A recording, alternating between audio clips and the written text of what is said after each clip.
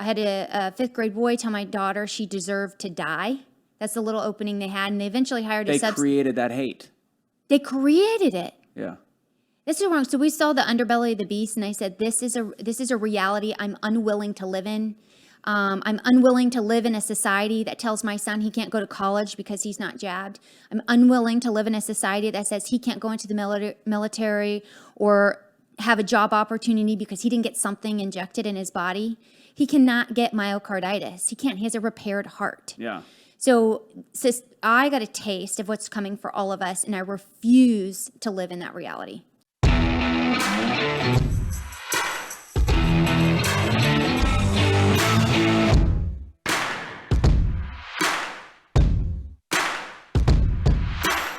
What's going on, everybody? It's Anthony from #BeTheChange. Truth will set you free. And of course, right here, Blunt Force Discussion. Got another great episode for you today.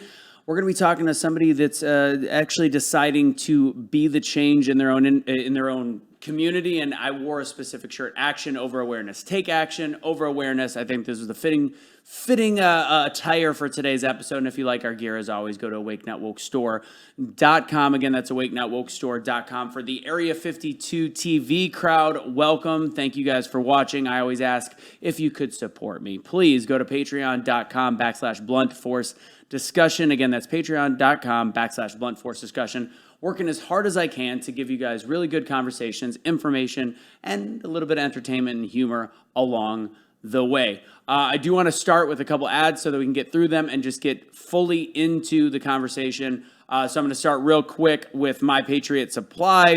The entire world, as we know, gone crazy. I always thought that hoarders in terms of food were nuts. They're probably not anymore. Farmers can't plant as many crops because of fertilizer shortages, forced regulations, high fuel prices. It takes time to grow, and farmers can't even plant. And sometimes when they do, they have to destroy the food. Super weird. That makes a ton of sense. That's why we suggest preparing for all of these decreases in food and all the food shortages. Best way is to get Ready Hour emergency food from My Patriot Supply. Perfect way to hedge against skyrocketing prices and shortages. Save $50 on a 4-week food kit from My Patriot Supply by going to preparewithbtc.com. Again, that's preparewithbtc.com. And then our other sponsor, again, shout out to Tony Van Schoik. You're the woman, the myth, the legend. Thank you for all that you do and support us with Monate. So we have some of the products that I use, and that's why I keep my hat off at the beginning of the episode. My hair looks so luscious. And now, does it look luscious, Lauren? It's super luscious. Super luscious.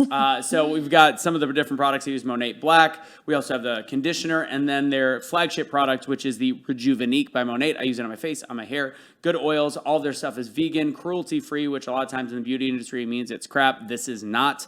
It is also part of a network marketing company that if you would like to get involved, they do quite well. $2.3 billion in sales in their first, I think, 7 or 8 years. And they have a lot of people that they work with and help change their lives and also get to use really good products. I'm not going to lie. My hair is very different than when I started. And now they actually have a clinical hair restoration coming out as well, which you can check out. So go to bluntforce.mymonate.com if you want to purchase something, bluntforce.mymonate.com. If you want to know more or get involved in the business, just email me at bluntforcediscussion@gmail.com. Let's go ahead and get the show started.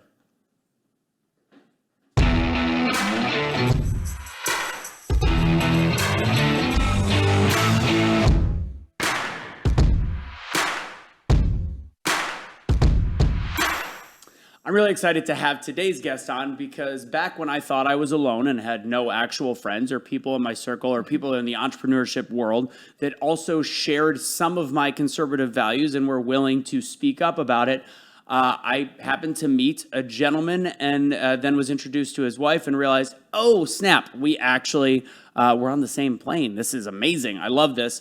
So today we've got a wife, a mother, entrepreneur, not a politician, but she's running for judge in Dallas, which is kind of a big deal, especially with her background, not necessarily being in the legal field, et cetera. We're going to talk about that, but I want to introduce to you guys Lauren Davis. What's going on? Not much. Thanks for having me. I know it's hard to believe we met over a year ago, and I think it was quite fortuitous. Yeah, I still remember. I remember sitting around this. It was like a meetup, I think right at the beginning of COVID with Ben. And I know it's a group of entrepreneurs. I think it's the YEC, Young Entrepreneurship, whatever it is. And I'm like, I can't talk about politics. And I think it's, it's during beginning of COVID. We got to kind of talk about politics, but I didn't want to talk about it. It came up and I started to realize, I'm like, Ben might be a little bit on my side. And I wasn't sure. And then we connected. I went to PBR, got to meet you, and we had a great conversation. I was like, oh, thank God, normal people. Yes. And I think that's what we find when we actually take the time to have a discussion, is that somewhere in there we can find that we're alike and we're common and together, even if we seem far apart. But I had just gone through a loss of a good set of friends due to the current political climate. So I was being quite jarred at the time. That would lead ultimately to me running for Dallas County Judge. Yeah, so you're running for Dallas County Judge, and I want to get into kind of some of our conversations because it was a really interesting night that we had talking about that stuff. But one of the questions I think I asked you when you were starting to run for judge is, I'm like, do you have a legal background? And then you explained to me how being a judge works. And you're going against Clay Jenkins right now, who's 11 years in office. A lot of people on both sides of the aisle don't like him, but people are like, well, we don't have another choice. We now do. So what's your background and how is it that you are able to run for judge? Sure. Well, Dallas County Judge is judge in name only. The best way to describe it is CEO of the county. It's the presiding officer over the commissioner's court, which that's court in name only as well. There's no robe. There's no ruling on cases. You definitely do not need to be an attorney.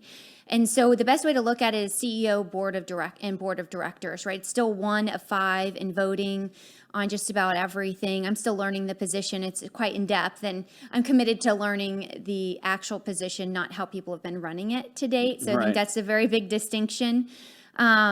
But yeah, it's a business position. It's administration in the state of Texas. We have 254 counties. They are all set up to where the authority is exclusively derived from the state. So you can't do anything that the state doesn't give you permission to do. It's the administrative arm of the state. And the Dallas County Judge is the head of that. That's the structure of it. So most people think you have to be attorney. I thought I had to be an attorney until I looked at the job description and I was like, oh wow, I qualified big for this position because I'm an entrepreneur, business owner. I know how to take nothing and turn it into something. I know how to run things. We have an organization with over 100 employees. I've got this skill set for this. Yeah. And that's a little bit about your background. So you and your husband are co-founders of the Jen's Place, also Operation Gentleman, which is a nonprofit regarding homeless in Dallas. So you managed to have a kind of a capitalist side and also a philanthropist side, mix it in, and I think that fits the position for judge. And people always ask, I'm a political analyst, or so they say. People always ask me how local politics works, and I do the best I can, but it's also very confusing. So I'm pretty sure people that are I think Clay Jenkins, after 11 years, is still learning the position because local politics is always evolving. Yes. Is that something you've learned as you've gotten involved? Yeah, and I think if you're not continuing to learn in anything you're doing, then you're not doing a good job. It's like your faith or just growing as a human being in life. It takes constant learning and practice and effort. And so anytime you're comfortable or complacent, that's when, when the bad stuff sneaks in because you're not expecting it. We need to be on our toes. So yeah, I found that the local political structure can be very confusing. Most people are very uneducated about it, like I was. And look, I've never been in politics in my life. I never thought this would be where I am today. I had never even voted in a primary before. Yeah. The first primary I ever voted was in mine. Yeah. The first sign I ever put in the yard was for myself. The first door I ever knocked was for myself. So really, this should be an encouragement that just takes a 1-second decision and then a lot of action after, but that's entrepreneurship too. You make a decision to start a business or start a podcast or keep going, and then every day you're just taking steps, 1 step forward, and it's no different. So I want people to be encouraged and not feel like it's so complicated, because it's not, but it takes effort and intention. Right. I think we live in a crazy world, obviously. You look at what's going on with, just the absolute division, but to find the positive side is exactly what you said. I think I voted in the 2018 primaries. I think that was the first time I voted in a primary. and I started learning more and more and the importance of it. Win, lose, or draw, Trump and Biden have created more division. You can blame it on media, you can blame it on whatever, you can blame it on the fact that Joey Basements doesn't write any of his own, whatever. But at the end of the day, there's people that are more involved, and I think that that's what we're seeing. And some people might shame you and be like, how dare you run for politics? You've never voted in a primary until your own. Well, yeah, because now we're starting to realize how important our local politics are, and I think that is the positive byproduct out of all this craziness. Yeah, just like your shirt says, action. And I'm an action-oriented person. So for me, this was a natural next step to me advocating for our businesses being shut down, right? I am a very compassionate conservative, and the media and the world and the culture will tell you those things can't go together, but they can. Absolutely. I love my neighbor. I love my family. I love your family. I come from an extremely loving place, to the point where sometimes people think, oh, she must be liberal, as if that's exclusive to liberal-minded individuals, that they're compassionate. No, I'm a Christ-centered person. That makes me compassionate in the most profound ways. And so that exists in everybody, and we need to stop and resist the temptation to divide ourselves on these stereotypes. They weren't right ever, and they're not right now. But our nonprofit also supports veterans, which I want to say, Operation Gentleman. So it started off as a veteran initiative. We do an annual suit drive, and then we go down in September, so we can plug that. If you've got suits or sports coats, bring them into the Gents Place. And then in November, we go down to Fort Hood to honor, those who have given their lives for us. And ones that have sacrificed their health and well-being. Yeah. So these suits go to the Soldier Recovery Unit in Fort Hood. So men and women who are transitioning out of the military due to medical reasons. And then we expanded it to our homeless, because we want to take care of our veterans, and we want to take care of our homeless because they need us. They're in a space in life where they're so filled with trauma and hurt that they've made a series of decisions that's gotten them into the situation they're in, and we need to help empower them to pull them out. So we do a once-a-month haircut event at Austin Street Shelter, where we provide haircuts to our homeless friends, and you really see the power of bringing back dignity to people of all colors, of all races, of all religions. It doesn't matter. We're just there to serve. And so I really feel like that has brought me to a place where I can, hold my conservative values, but also serve with compassion and be able to navigate hard conversations with people who don't agree. I'm not gonna lie, you sound like an absolute flaming liberal right now.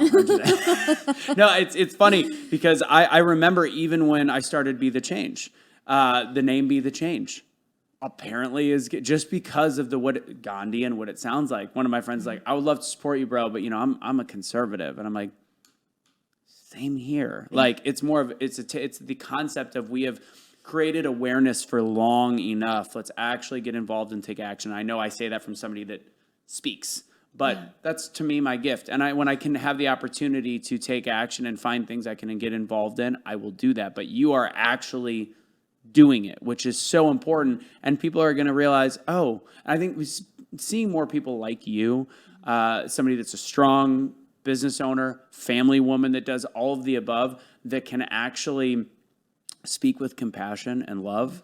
I think paints the picture of kind of the modern conservative movement, or whatever it's called. I think we've kind of lost that. It lost where it is Republican and Democrat. I think there is a different faction of the Republican Party right now that is progressive in nature in terms of being kind and compassionate, but also at the same time, like, let's be logical. There's some real dumb stuff going on right now. Yeah, and I think that is just speaking to returning to the table and returning to the conversation. We have media and different cultural influences that are driving us apart. I feel like sometimes when I'm in conversation with people, they ask me a series of questions, not to get to understanding, but get to, I don't like you, or I don't agree with you. We don't have to be there. We don't want to be a one party country. We don't want to be a one mind, one thought. We want diversity of thought. We love, having cultures and fusing everything together, but that is America, the American idea that we could come together and on exceptionalism and being our best. And that's what we do at the Jen's Place. And we hire people from all walks of life, from all backgrounds. But when you rally on something that brings you together, like the American idea, which means you can come and you can be whoever you want. You don't have to be college educated. You can be a technician, right? Like a hairstylist or an electrician or a plumber. But we rally around wanting to live out the best of ourselves. And the American idea recognizes that's different for everyone. And that's what makes us special. And right now there's a force going on that says your difference is your enemy. And that's where we're going off course. And so I hope that everything I do constantly represents bringing out the best. That's the way we've lived our personal lives. Yeah. And that's the way we've done business is no matter how long you're with us, just our goal is to make you better and more full of who you are as a human than when you came to us. And that's for our clients and our team members, and anyone who comes in contact with us. Yeah, and it's a weird, I mean, we're right around 9/11. It's a weird time, and we're not going to get, I did that with Chad, the conspiracy talks and all that stuff. But the fact is, we do know that there was no weapons of mass destruction, and you're seeing a lot of these veterans that you're helping take care of get their hair done. And there is something that just creates dignity in them, which is awesome that you're doing that. We as a country, I think having the conversation about what has gone wrong in the past is something very important to show so that we can prevent this still happening. And it's happening worse now. I mean, you can look at Ukraine or however you want to feel. We're just constantly pumping dollars and sending people and doing different things that we maybe shouldn't. But a lot of these veterans have been just taken advantage of by the system. And you get to see probably even more than I do. And would you agree with that? Or what have you seen out of the veterans and how we've kind of mistreated them as a country? Yeah, well, right now, just with the mandates within our military, I've talked to brilliant men and women who we want on our side. We want them there thinking of the best technology and the best innovation to train and protect our country. We're seeing them having to leave the military because they're unwilling, to be jabbed. I think, is that the code word? I don't know. We're over 10 minutes in. I think we can say vaccinate. Okay. A word. Yeah. At this point, who knows? Who knows? But it's a reality. He got discharged from the military because he was unwilling to get that. And he is brilliant and thought of this amazing VR technology to train fighter pilots. I'm devastated. I feel less safe because that man has left the military when he didn't want to, but he was forced. So I think our military is being demoralized, but the entire American ideal, which it's an idea, is being demoralized. There's nothing wrong with being exceptional. There's nothing wrong with wanting to protect ourselves. And just like if you take it down to the family unit, and even to the individual, it's the mask before the child's mask on the airplane. If we cannot take care of ourselves and we cannot expand our wealth in resources or knowledge or anything to others. Yeah. So like it's just a universal principle that has nothing to do with America. That is just the way the world works. And we're disregarding that natural law.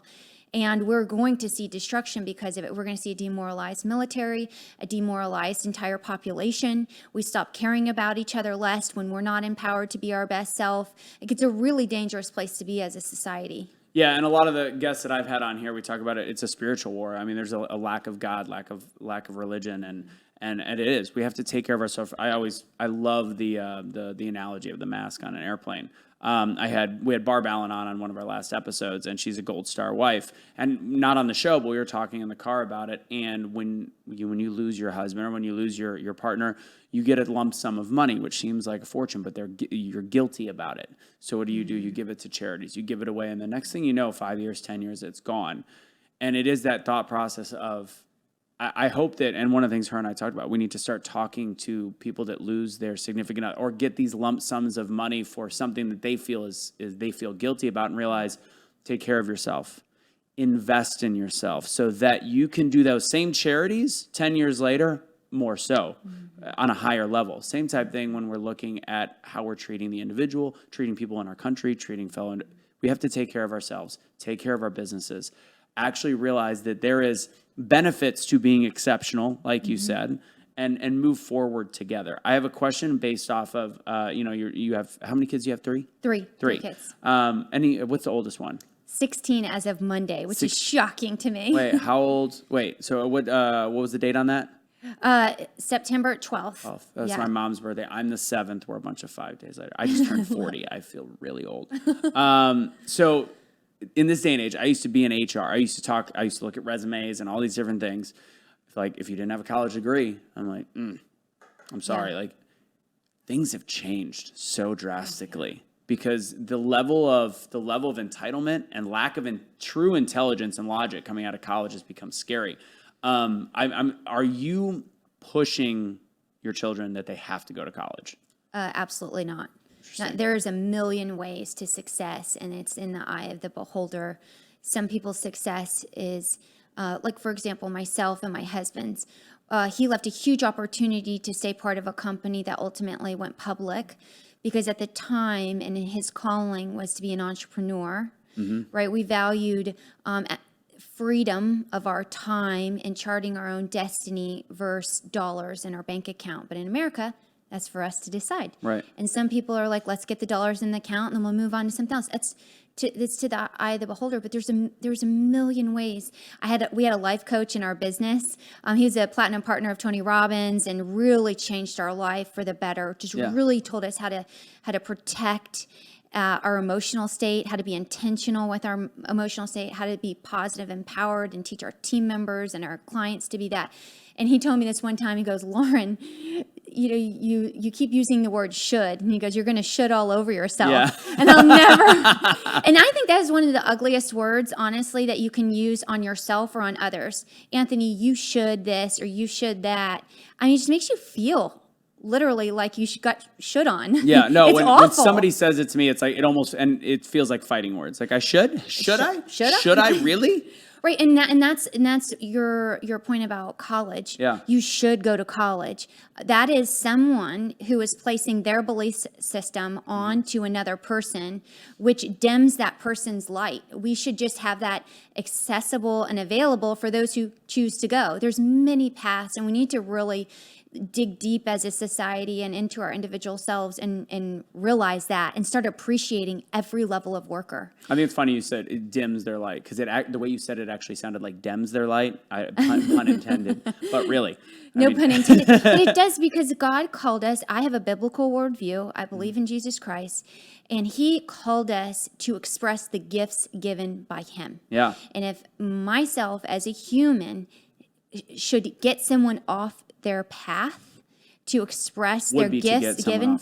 Yeah, yes. If I was to do that, I would not be serving my mission in Christ. Like, we are here to keep each other on our path to the light. Yeah. And when I tell you you should this or you should that, or when I don't value a janitor to a CEO, when I don't value a technician to a college-educated person, I'm getting that person off their path. Yeah. It's not right. It's not okay. And so I think we need to start really like digging deep and thinking about it at that level, because it will restore some humanity in society. Yeah, and Christian ideals are important in my mind. And I've heard people that are atheists even talk about how it is important to have a Christian society because the natural principles. Are there bad Christians? Absolutely, some of the worst. But the actual principles behind it, which is kindness to our neighbor and being decent to individuals, is what's missing in this country. And you go ahead. You're about to say. Well, no, I see those signs. It's to your point. I see those signs in people's yards that say "Love is love," "Water's life," and on and on and on. And I look at it and I go, they've said everything but God. Yeah. It's like you can't cherry pick life. You can't cherry pick these philosophies and principles because you untether them from the truth they came from. And it's the only thing that orders things. It's the only way to put trauma and life into perspective, because we on this earth are ruled by man, and we know that man is broken, right? That is the Christian foundation recognizes the bad. It's not all good. It's not cherry picking the good. It initially recognizes bad. Adam and Eve, right? The fall of society, and that's who runs our churches, and we should expect it and then be encouraging people to get back on to the light path. But instead we exploit it. There's no grace, there's no forgiveness.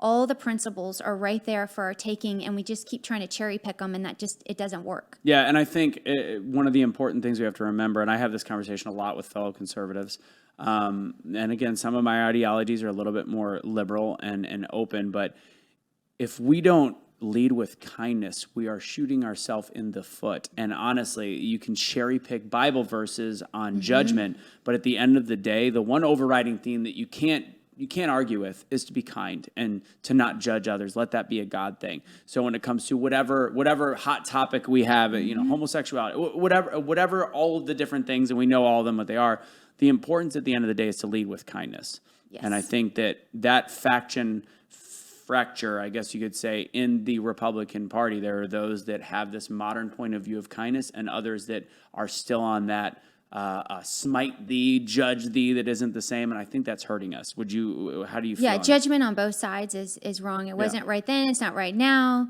It's the legalistic extremes, but to be kind to someone doesn't mean you have to compromise your values. But anytime we're in someone's face and shouting our values at them, there's no way you're going to pull them towards you. You're going to repel them.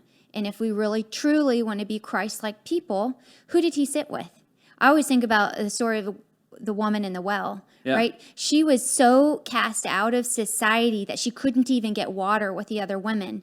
And that's who Jesus went to. Right. So, if you get down to the core, and you will find everything that people are preaching outside, but picking it outside of what it is. Jesus Christ walked this earth to show us the way, and we keep trying to just pick pieces of him and say it's this and say it's that, but he would have said, I'm like, no, okay, then let him say, okay, it's right there. Just be kind, just be decent. It's not that hard. Be decent. Yep.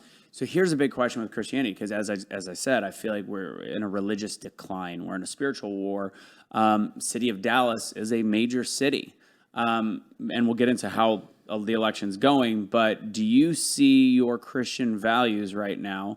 Never would you claim it's a problem. I get that, but from an actual election standpoint, because of the decline of godliness in our country, do you think that is an albatross at this point? No, I think more people have a biblical world view than they think they do. They forget where things come from, little things, verses and sayings and different things within society. But I hold my biblical worldview for a very specific reason, and really everyone, God willing, I get into this position as county judge, people will benefit from, because my worldview says that I, as a human, am fallen. That makes me intrinsically not perfect. Right. I recognize that. Step one. 2, I also realize that I, as an individual, do not control your outcome. Outcomes are left to God, right? He is ultimately in control. Therefore, I will never be tempted to take control over your life, right? America was a Judeo-Christian founding because it requires the ability and belief that we can self-govern. Yeah. And my belief in that is biblical, and that benefits you because you don't want me to control you. Someone who doesn't know me, not sitting across from me, they don't want me to control them. You should control them. You should. Right. I'll should you. Right. I know.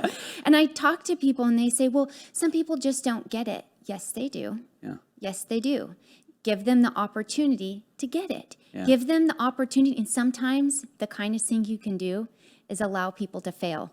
I have grown my most in my darkest times. I've grown my most in my failure, right? If you don't allow people to fall, they cannot rise. Our whole world, everything in nature is in contrast. We know night because there's day. We know day because there's night. So that's the biblical worldview, and that's why it matters to people. That's why it should matter to people that I hold that in my being, because I will never be tempted to mandate anything. My job would be to bring you everything you need to know, say in public health, and I believe you no matter where you came from, have the ability to self-govern and make the best decision for yourself. People need leaders who subscribe to that. It's so important. Yeah, I do. My actual motivational speaking is on overcoming failure. So the importance of, if you don't fail, you're never truly setting yourself up for success. And there's been so many adages I've learned, even recently. I'm dating somebody from the country and far. There was some of the fire. This year's fires were a little different, but there was a fire on one of her family's properties on the grass, and I was like, "Oh, this is terrible. How bad of a deal is this?" And she's like, "Actually, you missed one cycle, but the grass actually grows out better after a fire." Very similar to the whole concept of winemaking. And when there's fires, the grapes of that year have more complexity because they had to overcome to survive. And I think the concept that we need to pat ourselves, and honestly, to get into a philosophical issue, I think people my age and younger, and I feel like we're probably similar in age within five years or so, they have dealt with the parents that suggested two things: safety and perfection, which are two completely ignorant things to do. Because if you don't allow people to take risks, you don't learn where you can go. And if you expect perfection, it's not going to happen. You're setting yourself right. It's stunting the growth, and I think that's why we have such a depressed society. When in all reality, now I think the kids, hopefully now, take away whatever's going on in the world, might be a little bit more well-adjusted because we're actually teaching the power of failure. Tony Robbins talks about the power of failure. All the major speakers talk about the power of failure now. So let's hope that we can start shifting youth to realizing that failure is truly a good thing if we realize that we can learn lessons from it. Yeah, 100%. And through this whole pandemic, I'm like, where are our motivational speakers? Because that pumping of fear that came into our society is the antithesis to what they teach. They should have been the ones screaming from the rooftops. Remember, I said, don't sign up for fear. Don't sign up for fear. And all of a sudden it's like, be scared. And safe and perfect is an extremely small, unfulfilling life. We should be taking risks. We should be living to our fullest. That's where you find where you're capable of. I mean, safe and perfect is a life in a tiny little box. Yeah. Nobody in their right mind wakes up every morning and says, I want to live a small, unfulfilling life. I want to be mediocre. I want to find a leader and follow him or her. Yeah. Nobody says that. Yeah. And we can see that in our sports too, this whole thing in our sports. We're America. We love our sports. And we love it because there's a winner and a loser. Yeah. We love it because there's underdogs. We love it because it stretches the capacity of the human being. We love all these concepts intrinsically, but yet we fight them in reality sometimes. So. We it's an indoctrination from parenting all the way through. And one of the things I've been closing with on a lot of my speaking recently is we are born to look up to leaders. We look at the wolves. We look at the people that lead the pack. And you know what? We need to stop being followers. The problem is we go through college where we are part of a fraternity and we have to do it. Oh, we got to be part of the cool kids. And you know what? I can tell you the coolest kids I knew growing up are the ones that peaked in high school. No offense to them. I'm sure great people still and have great families. But no judgment. No judgment. But a lot of the ones that were slightly outcast, a little bit different, willing to step out. Those are the ones that in their 30s, 40s, and 50s are game changers in their in the lives around them. And I think that that's important to view. And I think teaching kids that is huge too. Like, you don't have to fully fit in. And you know what? You're gonna be upset. You're gonna have breakups. You're gonna have kids pick on you. The funny thing is, I was in a public school in St. Louis where I wasn't bullied, but I wasn't wealthy at all, and it was a wealthy school. And I had a little bit of trauma. It was life. You move on. But the city kids, the kids that were bussed in, part of the DSEG program in St. Louis, to me, that's why I think I have such a hard time seeing how racist the country is. I'm like, I got bullied by them, and everybody wanted to be those kids. Now, with that said, looking back, I think the DSEG program was horrible for Black kids. I think it was very sad what they did to them. They made them sit on buses for 4 hours and come in. But that was a racist policy. But nobody gave a crap if they're white or Black. Nobody cared at the time. And in fact, I was treated worse than the Black kids. Let's be very clear. It happens. It's really a non-discriminating subject matter. Yeah. It's just certain populations through time will experience things more than others. And that's, you can see that through all of history, whether it was discrimination on religion or most recently in our culture is on race through the civil rights movement and all of those things. But that is the fallen human, right? And we had talked about before the show kind of this idea when we had first met about leveling trauma. Yeah. And it brings us that discussion, and I hold a belief that we were all experiencing it in one form or fashion, and it's one thing, it's actually the one thing we all have in common, and it's just whether you recognize it or not, whether you've gone through trauma, because I've even met people traumatized by perfection. Their life was so perfect, they don't feel they fit in to a traumatized society, and my eyes have been open. A guilt, yes, and in turn they could make self-sabotaging decisions and so on. But we all experience it, and if we could just find a common line there, regardless of what your trauma is, whether it was racial trauma or rape or growing up in a home with addiction. I grew up in a home with parents who were severely addicted. I lost my dad to him drinking and driving. He was incarcerated. He had breathalyzers in his car. I lost him when I was 18. Very, very traumatizing childhood. You don't feel safe. And I know I have that in common with probably just about everybody on the planet. When you start to really get into people's stories, you realize everybody's had some pretty bad stuff happen to them. Yeah, so get into the story so we can humanize each other. Because I think if we all found the common ground on our trauma, we all might find each other liking each other and feeling like we're human. But people look at me and go, "Oh, she's rich and white," and I'm like, I grew up in the hill country where I've been called white trash or lake trash, Canyon Lake, Texas. So outside New Braunfels, outside of Austin, Guadalupe River runs through. And you know, parts of it when you're a child, you don't even know you're poor. You don't know these things. You're just a kid, and what a gift. But growing up, there's these things, but we have to start focusing on, recognize the past and keep our eyes on the prize, and that's the future.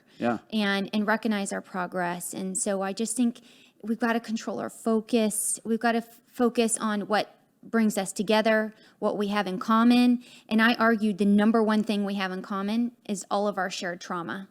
And the more we try to say yours is worse than mine or whatever, and I learned that from my life coach too, like stop leveling trauma. Because you divide yourselves. You don't bring yourselves together, and you experienced yours, I experienced mine, and we have that together. And everybody's individual. And, and it goes to voting. And I want to actually finish. I want to kind of go back to that story in a second. But when it comes to voting, you should care about that issue more.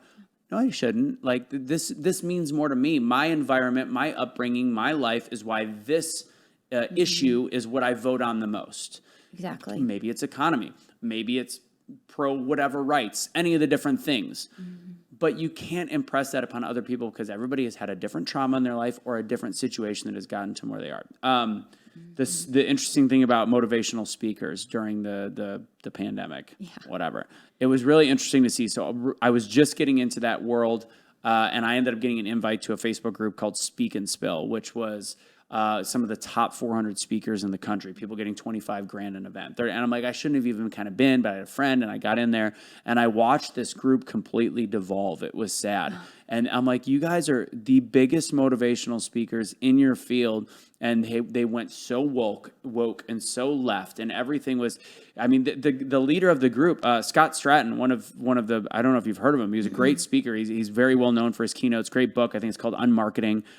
He started talking about, he's like, look, if you are not a BLM follower, then we can't have you in this group. I'm like, wow. And then it was this whole victim mentality thing is what they impressed. I'm like, this is not what motivation, this is not what positivity is about.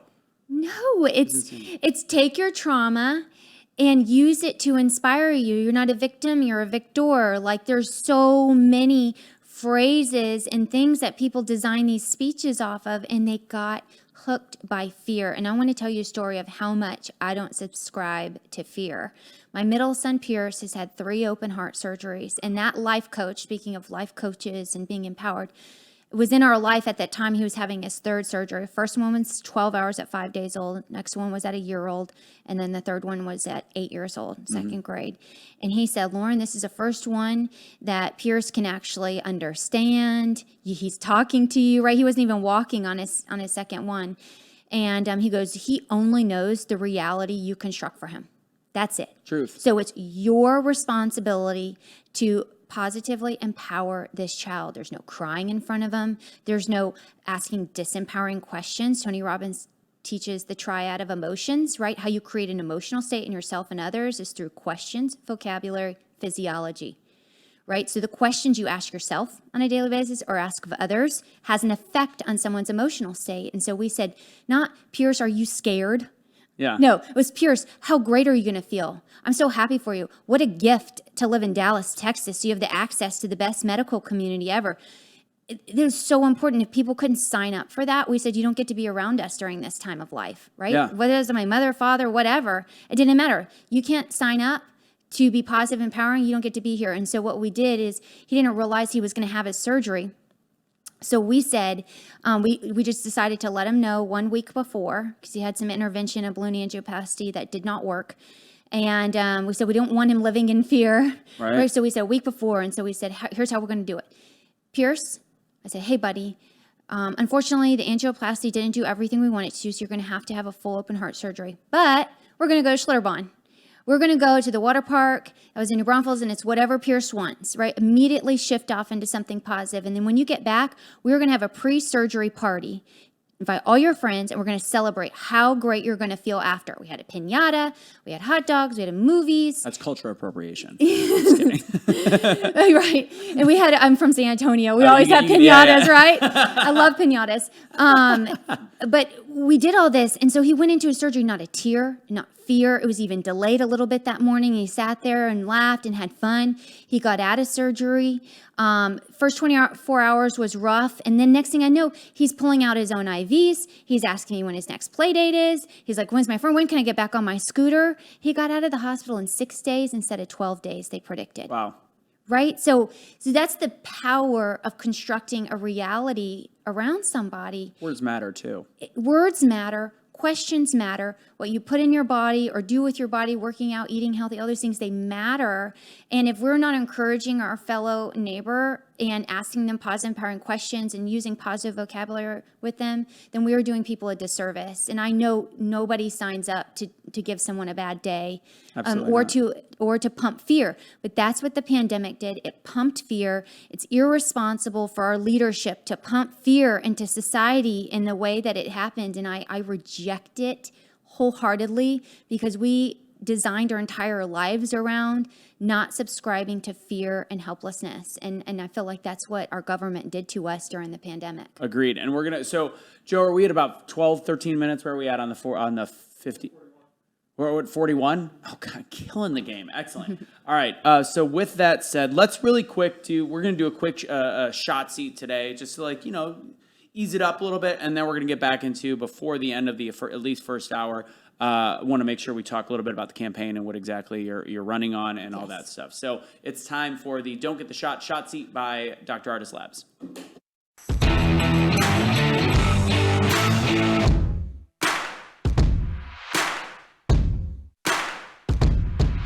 There it is. All right, so that was awful. I'm going to get up. Hold on.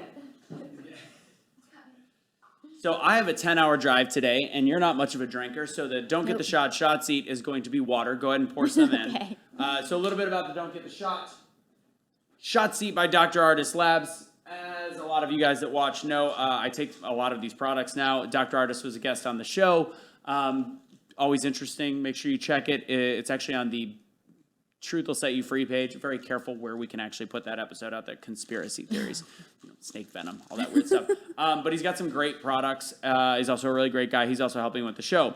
So some of the things, there will be a link in the comments on YouTube and on Rumble where we did a full 15-minute video of what he suggests if you want to cleanse yourself of the jibbity jab and you want to maybe get rid of some of the stuff, that the toxins in there, get your glutathione up.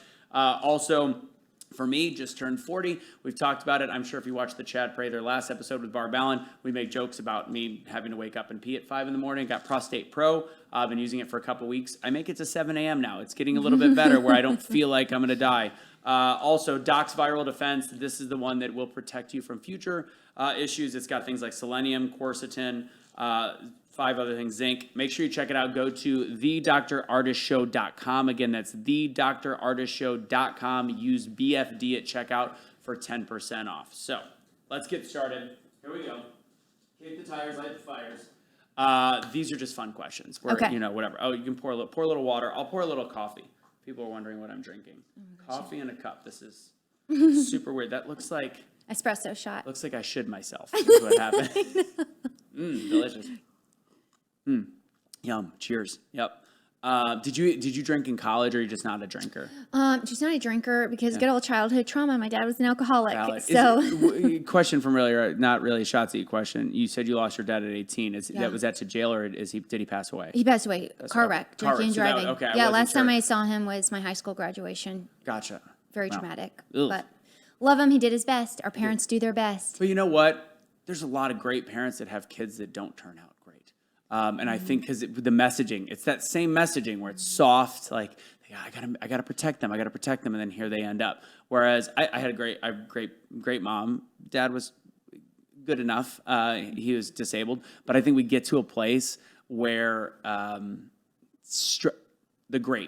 the struggle creates stronger people, plain and simple. I don't wish my life any different, and that includes the death of my father. Yeah. You know, it caused me to grow. Yeah. And for that, I'm grateful. Yeah, and I just the struggle, and to me, as we become successful, as we get older, and we have kids, it's going to be hard to try to. You got to make sure you also give them enough struggle where they build character. And yeah, I have a feeling that you and Ben will do that pretty good.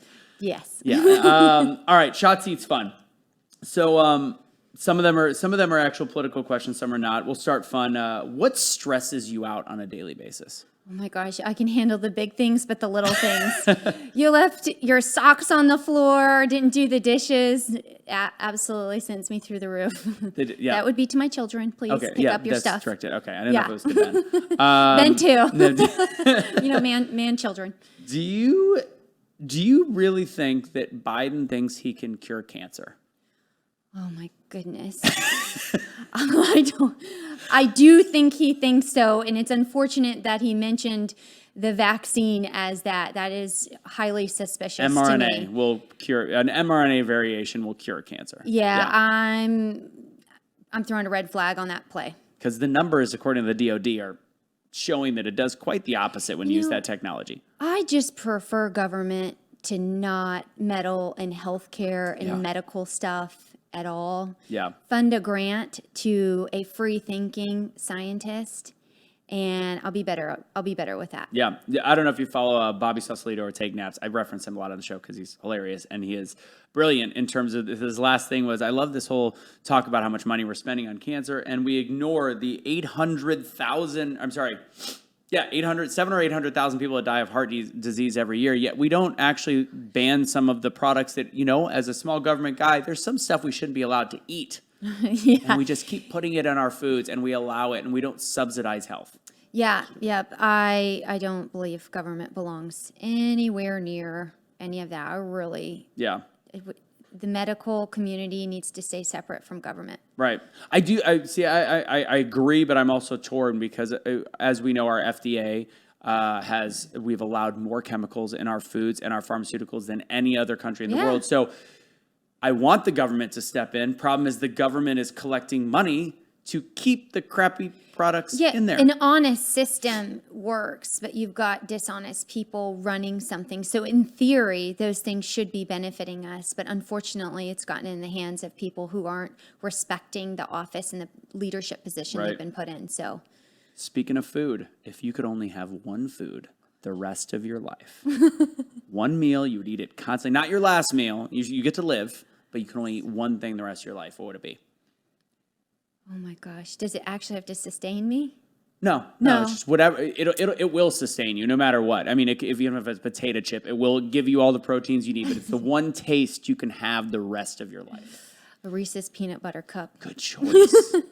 What if I'm I a said, junk food eater. I know. Speaking of bad things Yeah. we shouldn't let the government put in our body, can someone please restrain me from peanut butter cups? not the highest level of chocolate, but we'll give that to you. I'm a peanut butter and chocolate guy. So if I'm gonna do it, Well, I'm I've been good. known to sit down with a green juice and a bag of peanut butter cups, because it's 80-20 rule. 80% peanut butter cups, Like 20%. sweet, salty, healthy, and destructive. It's good. I'm cleansing as I'm destroying. It's like the guy at the gym doing sets and drinking a beer at the same time. Yes. What is your spirit animal? Oh my gosh, my spirit animal. I'd have to say I'm a cat person. Are you a cat person? Well, I'm a dog You person. just lost 20% of the vote in Dallas. Did I? Well, I love all my critters. I'm just an animal person. If Yeah. I could live on a farm with horses and goats and kitties and dogs, I've got 3 cats and 2 dogs. Okay. In So the middle you of Dallas. You like the cat? Okay. Here's a tough one. Take your favorite cat and your favorite dog. You have to save one of them. Oh my gosh. The cat or the dog. Oh my gosh. Well, my first animal as a family was our dog, Fergie. She's a Boston Terrier. She's a little old lady. Okay. I'd run in front of a moving car for her. So the dog is still your choice. I think so. Okay. Because it was my first. I'm Okay. loyal. So I was a cat guy. So I was always like, I love cats. I like animals, but I'm a cat guy. I now have my first dog at the age of 38. I got 2 years with him. I cannot say I'm a cat guy ever again. Like I'm dogs for life. But Yes. yeah, I'm just an animal lover. Wanted to be a veterinarian when I grew up, and then I realized I just love to pet them and own them, not cut on them or take care of them. smart. Yeah. That's funny that you're already becoming a politician, by the way, because the question was the spirit animal, and somehow we did it to a completely different subject. But like, what is this? I don't know. So I spirit animal is a cat. don't, well, yeah, I guess so. Meow. Okay. All right. If you could. Terrible answer. No, that was good. Hey, you know what? It's honest. I like it. If you could get, we got 2 more questions. If you could get rid of social media tomorrow, would you or would you not? Not your own, social media, the whole world of it. I think so. I think it's done more harm than good. I think it's taken us out of our tangible communities right in front of us, and we cannot survive without true community.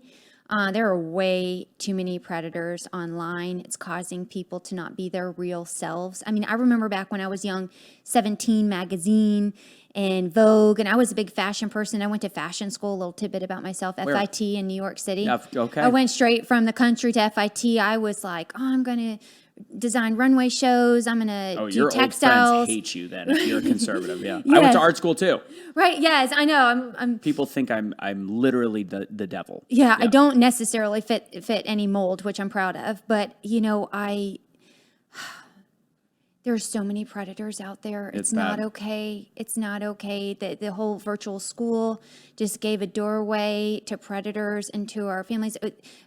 Sorry, back to the 17 magazine. We used to be like I got off. We used to be so conscious, like, eating disorders, anorexia. That was so big when I was a teenage girl and wanting to look like the magazine. And we've come far from that. Now we see plus size women and I think that's great. But then we've actually stepped even further to the dark side with social media, because you can be 18 when you're 12. You can be 18 when you're a 50-year-old man going after 12-year-old little girls. So I'm saying it's not good. I think there's more good. I don't think it does anything that we can't do within our community face to face in our driveways and at our churches. Yeah. And I think the one thing that you mentioned too is, back when that magazine is anorexia and all that stuff, now you've got the glorification of the bigger people, which again, completely fine if you're overweight to a point, but when it affects your health, and then to the other side, you've got people that aren't in great shape that make people think they are based on filters, slimming stuff. It's insane. And I think that's part of social media. I think all of it is incredibly dangerous. Yes, the idea of a filter. Well, Yeah. I mean, hopefully you have a filter on me right now, though. No, you look perfect. Joking. It's just good No, lighting. just be you. Just be yourself. Be your God-given self, whatever size that is. Be healthy. Honor your body. Yeah. And understand there is sometimes health is important to your future life, to your children, to Balance, health, Yeah. all of it. Balance. Last question. Actually, are you able to say who you would vote presidential primary, or would you want to leave that? Would you be leaning? You got DeSantis, you've got potentially Cruz, you've got Trump. Would you be I think, the Republican bench is a pretty good bench. Yeah. I am just praying for the leader of the times. I don't care who it is. Great answer. I just want the leader who can take us and make us strong and healthy and bring us together. Whoever that is, I'm all for that person. Good. Until you win, don't change that answer. Just then you know what? And once you win, be like, this is who I'm going. No, smart. I wonder how she's going to handle that question. Biggest problem. Last question in Shotzi. Biggest problem facing Dallas right now. Biggest problem facing Dallas, Dallas proper, homelessness. It's sincere crisis that it's a byproduct of this system just failing on all levels. So I think it encompasses everything. And countywide, I would say just failed leadership, inexperience, no big vision. It's all been self-serving. But homelessness is a representation of the failure of society on just about every level humanly possible. Perfect. That is a Don't Get the Shot Shotzi by Dr. Artis Labs. We'll be right back.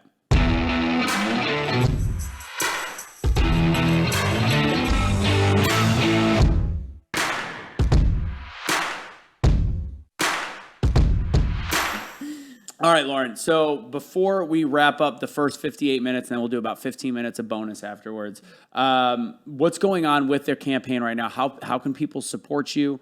I looked at the one. This will be a directed question. I looked at the numbers in July. You would raise more money than Jenkins, but his war chest was at about 580,000. You're at 236, but you're still doing pretty well. What's polling looking like? How's the funds looking? What do you need from people?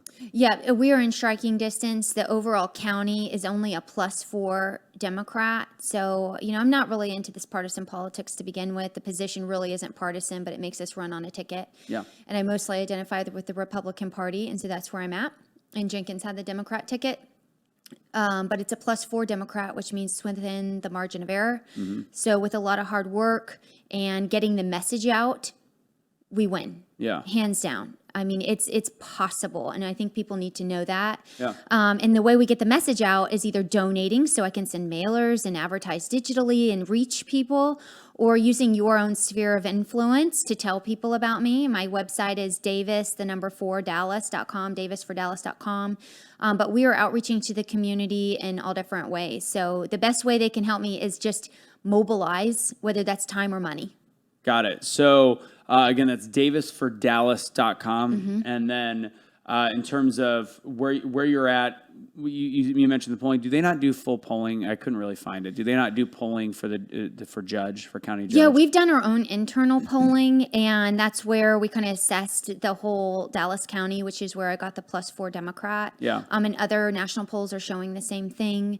But just some internal polling says that I'm just completely in striking distance. As long as people know I exist, and I'll give you an example of that. Dallas Morning News wrote an article about how much of a bellwether county races are, particularly the judge races, and they didn't mention my name once in there. Wow. They're scared of people finding out who I am because they know once they do, I win in a landslide. They're not scared. They're almost not allowed to share stuff like this. Right, yeah. Somebody is scared, but the media they're not getting the information. Right, yes. It's very slanted, and if people haven't realized that yet, they need to just expand their mind. But there's an agenda out there. So that gives anyone a sense of how much you're trying to keep my name out. Like even in the primary, some of the major news outlets locally didn't even cover my primary. That's and nice. I won with 69% of the vote. I've Yeah, already you gotten killed it. one landslide. Now I'm going for another landslide. I love it. So the other thing, real quick, and we'll do this in this first hour. Why did you? What was we talked mandates, but why did you run? Why did you go? You know what? I'm going to run for judge. 2 points in my life. And I think, by the way, Joe, we might have to throw some photos up there whenever you're ready. Oh, yes. Yeah, the photos are good. Helps put it in perspective. 2 points. One, they shut down our barber shops. Step one. Police came and said, we're going to take your business license if you don't shut your door.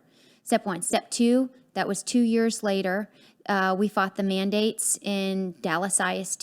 They were trying to mask my children. Like I said, my son survived 3 open heart surgeries. My daughter's had many surgeries herself. and they were circumventing my parental rights. And so my kids went to school with no mask, as they were allowed to do. But the Dallas IC Independent School District was not allowing them to. And then they ultimately coned off my daughter in PE class, put her behind cones, and she had to watch other kids play. They then built a plexiglass cage. So there's your daughter. I was wondering what I was looking at in this picture. So since she wouldn't wear a mask, and her and that other student, they could not play. Well, that other student had a mask on, but that was the second day, and she went and sat with my daughter because she couldn't take her having to sit there by herself and watching all her classmates play in front of her. So in front of her is about probably 30 or so classmates running around in masks in the gym in front of her while she sat there. Kudos to that other kid. I know, right? More emotional intelligence than anyone else in that building. No kidding. And more courage. Yeah. And then they decided to build a plexiglass cage around my children, which, so first they started off there. They started off with a little plexiglass partition, and then that they weren't satisfied with. So then that's when they built the cage. So they were the only kids not wearing a mask in the school. The only two out of 604. A few kids came in and out and just were so humiliated. Parents, but I know. We lost our whole community. It was horrific. So what does the next one look like when they did the one- full cage? They did a full floor-to-ceiling cage. Let's see here. Is that the one? So it's a little loft section of the library, no bigger than a car. And they literally built up floor ceiling. And that wasn't even code. I do design and construction. I said, no way that met code. And fire department came outside of the school, made them put little hamster breathe holes at the top. Shut up. I'm not kidding. It's ridiculous. This is like, how is this not a joke? Like, how is that not a joke? And they forced my kids to be in there, and their effort was to protect all the other kids. The entire school was still using the library, so they publicly humiliated my children. They were harassed. My daughter was told. What ISD was this? Dallas ISD. All of your tax dollars go to there. It's a 150,000 kid district. It was horrific. I had a fifth grade boy tell my daughter she deserved to die. That's the little opening they had, and they eventually hired They created that hate. They created it. Yeah. This is wrong. So we saw the underbelly of the beast, and I said, this is a reality I'm unwilling to live in.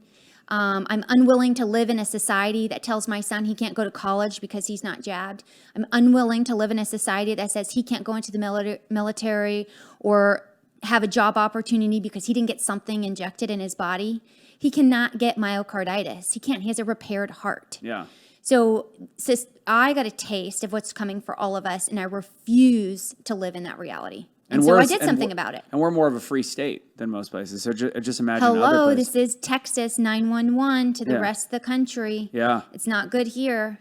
We're on the brink. We have a choice. It's a fork in the road, and I just wanted to be, I want to be the alternative. And you know what?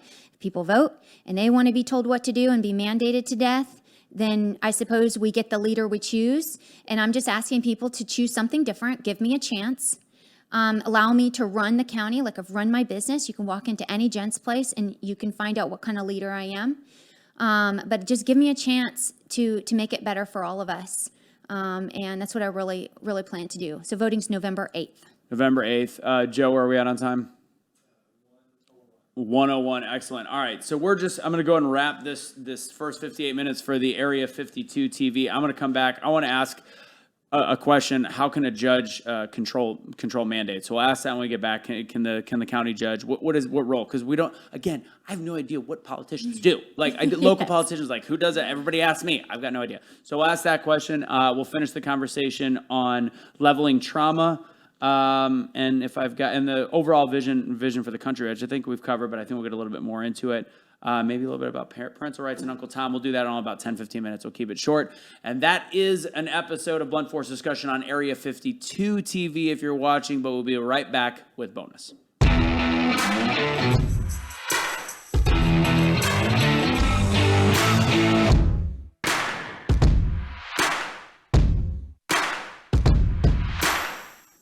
All right, excellent. Lauren, I want to ask a couple more questions before we move forward. Before we end, I should say, move forward in my 10-hour drive for the day.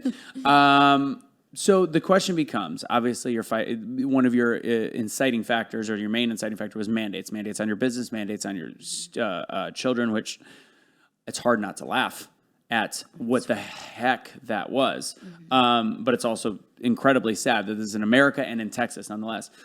As a judge, now that you're learning more local politics because you're getting into it, How can a judge have a say in mandates like that? Yeah, so the county judge has the power of emergency management and homeland security. It's specifically under the judge, and then it's voted to approve it by the commissioner's court. So Clay Jenkins really manipulated that power. So the only reason why he has that power is because the state has said we're in a COVID emergency, which I wish we could end all emergency orders across the board, and that's something that I'll do on a county level, but we are not in an emergency anymore, so it needs to end, and they continue to agree to extend it. So that emergency power gives you a lot of power. And it lies exclusively under the county judges. There's 254 of them, 254 counties in Texas. Yeah. So they all have that power. It's the way that so set the up. county judge has the power to make that decision specifically with the help of the commission. Commissioner's court, yes. Who's but in the you commissioner's court? I know you said that was not a legal entity either, but sure, there's 4 districts, so all counties are split up into 4. So you have 4 people that will represent a certain territory. Yeah. That makes up the county. Dallas County's 31 cities, 2.7 million people approximately. So they divide it all up. So what happens if they disagree with you? Well, so it still all requires a vote. So they all agreed, or enough of them agreed, the majority agreed to say, yes, this is an emergency. Yeah. So that's wrong too. We need to really have a discussion about that. But the mandates in general from the start were never constitutional. We should have never, because let's put this in order. Not all businesses were shut down. Right. Certain businesses were shut down. There was essential, non-essential, which is an immoral idea to begin with. It's always essential to put food on your table. And they prevented people like our employees, who a lot of them are single mothers, to work, and they were willing and able to work, and they were prevented. But yet you could go to Home Depot and buy plants. Walmart. You could go to the liquor store and booze it up. Like, you could do all these things, but a hairstylist couldn't go and cut someone's hair.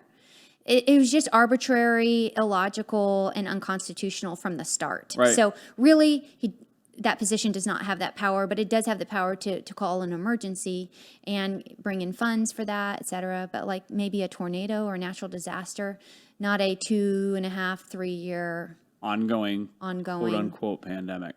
And I people hearken to what Trump did during his presidency, and they're like, well, the shutdowns happened under him. No, they did, but they happened. He gave the states the right to make those decisions, and then the governors made decisions, and then I guess the local municipalities then got to do more. And I know that it was not, to me, from what I understood, it wasn't just Clay Jenkins. It was also that's a county though. So Mayor, what's his name? The mayor, Mayor Johnson, and then it went further down, and then we could go further down and say the parent, and then the individual. I mean, where does local control end? It ends with me as the individual. I have control over myself and my body. No, you didn't. Apparently. Yeah, I mean, did. in all reality, and I Right. think that's the other problem. Like you said, the individual, the other parents. Trust me, if half the parents and students, and a lot of those parents are probably anti-wearing the mask as well, but if they would have done the same thing as you, it would have actually been able to move the needle instead of ostracizing 2 students. The only reason we are in the mess we are in is because we all complied. Yeah. We won't do it again. Yeah. So And I won't ask anyone to comply either as a leader. Right. So okay. Now I got to go down a rabbit hole, because again, I have a lot of trouble saying do not comply, because I've said comply for so damn long. But I agree. I agree with you. When we're talking public health. Right. When we're talking public health, because I do. It's funny because I'll get it clapped back on from some of the leftists, like, oh, what happens when you talked about that guy getting arrested? You said, why didn't he just comply? Why is that compliance different than do not comply, like you were saying it there? Well, public health, you're having some perception of a mystery illness that could potentially hurt somebody. It's just a totally different topic when you're talking about law enforcement. If you're interacting with law enforcement and you feel like it's not right, your best avenue would be to comply because of the oath that the police officer took to enforce the law, and that disagreement shouldn't happen right there. That's where we have our court system. So to keep everyone safe in a law enforcement situation, you're probably best. I mean, but ultimately it's still your choice, but all choices have consequences. Right. Right, on both sides, right? Right. We've seen that in the George Floyd situation with the officer that got Absolutely. held accountable. Things. So no choice is without consequence, but we should always default to not taking away people's constitutional rights. But we also have to have bounds on our society and not be lawless. We're a country of law and order.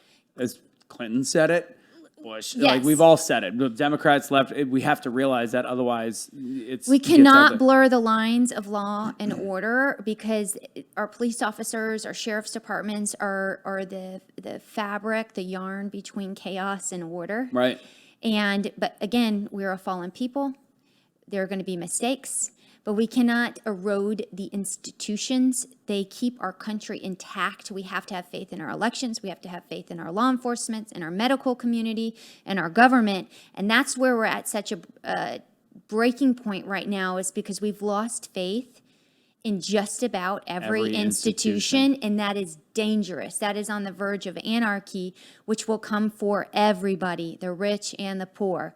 Whether you're black or you're right, left or right, it's going to get us all in anarchy, and the people who suffer most under it will always be the ones who have the least. So come on, people. Yeah. Let's get it back on track. Proletariat. Yes. That's the lowest level, right? Proletariat. I think so. Who knows? So real quick on parental rights, obviously it's a huge issue. That's probably one of the main reasons you run. They're deeming a lot of people that are big into parental rights as domestic terrorists. How do you respond to that? Like, oh, you care about your child? You must be a domestic terrorist. What do you think about that whole movement from the left's marketing campaign to say people that care too much about their kids and are speaking out are a problem? Yeah. Well, I think it's irresponsible of leaders to do that to other humans. There is nothing terroristic about showing up to a school board meeting and speaking your mind. Barring any actual threats, which these parents aren't doing, there's always going to be someone in there that is, goes a little nutty, and then there's law enforcement, there's law and order. Right. But I've been in Dallas ISD school board meetings where they said, new rule, you can no longer say the individual school board trustee's name. Like, come on, if you can't take the heat, Get out of the kitchen. get out. Yeah. You're putting yourself in the public, you're putting yourself up there for criticism. Take it, learn from it. Now we have to have law and order. Again, let's just always preface that. But speaking up for your children is not breaking any of the law in the system. I don't know how. If we lose our voice, we lose everything. Everything. And we even had a Dallas ISD School Board Trustee District 2, Dustin Marshall, going ahead and use his name, instructed the superintendent's office to block our emails through the IT department advocating for our children, and they did it. Wow. We saw it all on a public info request. That is an invasion of our First Amendment rights. I'm pretty sure. Yes, and so you go up and speak at the school board, and, what else are we supposed to do? We have to advocate for our kids. And I tell you, mine was mandates, but I know there are parents who have suffered under Dallas ISD for other reasons because they don't have a voice. We suffer when we can't speak. Truth. And anyone who tries to squash free speech is just irresponsible. It's not okay. If you cannot handle It's criticism. short-sighted because it's going to eventually come for them, and they just don't know when. Plain and simple. Exactly. We can't have it. Yep. Second to last major question. I want to go back real quick because I want to talk about the full first discussion we ever had. Yeah. The whole leveling of trauma. We touched on it. If you're willing to have it, and again, that's kind of that moment. Like, I've lost a lot of friends, just people that just go, "You must be hateful," and it's like, no, I just don't have this. We don't have the same agreement, and I don't care if you disagree with me, but I do care that you hate me for my ideologies. That shouldn't be a thing. And again, leveling trauma is a big one. So we had the conversation. You were sitting with a group of friends, which I think you said are probably no longer friends anymore. They're no longer friends, unfortunately. So can you, I don't remember the details of the story, but I remember you had something very serious happen to you, and they squashed it because they're like, that's not that big of a deal. You're white. Yes. And so you were sitting with friends, and it was during the social unrest, which was hard for everyone to go through. It's making you question everything. And the topic of trauma came up, and they had their trauma from being an Indian family and experiencing some racism and prejudice growing up. And we got into this discussion, and they assumed because I was a white female that I hadn't gone through any trauma. And my husband, very defensively and said, well, no. We'll say protectively. Protectively. Yeah, that's better. Thank you. Words matter. Words matter. Very protectively, he said, well, Lauren has experienced trauma. She's experienced rape, which is true. Yeah. And they said, oh, well, that's not as bad. And I was like, oh. It was so it still makes me feel a little sick to my stomach, because I don't think my trauma is worse than their trauma. And for them to think theirs was worse than mine is such a divisive conversation. Disgusting. And we should never be leveling trauma, because we all experience it in our own way. Yeah. And it's all bad, and it all makes us feel awful. And then to have someone go in and say, well, mine's worse than yours, it's just divisive. Yeah. And we are meant to be a tight-knit, loving, kind community.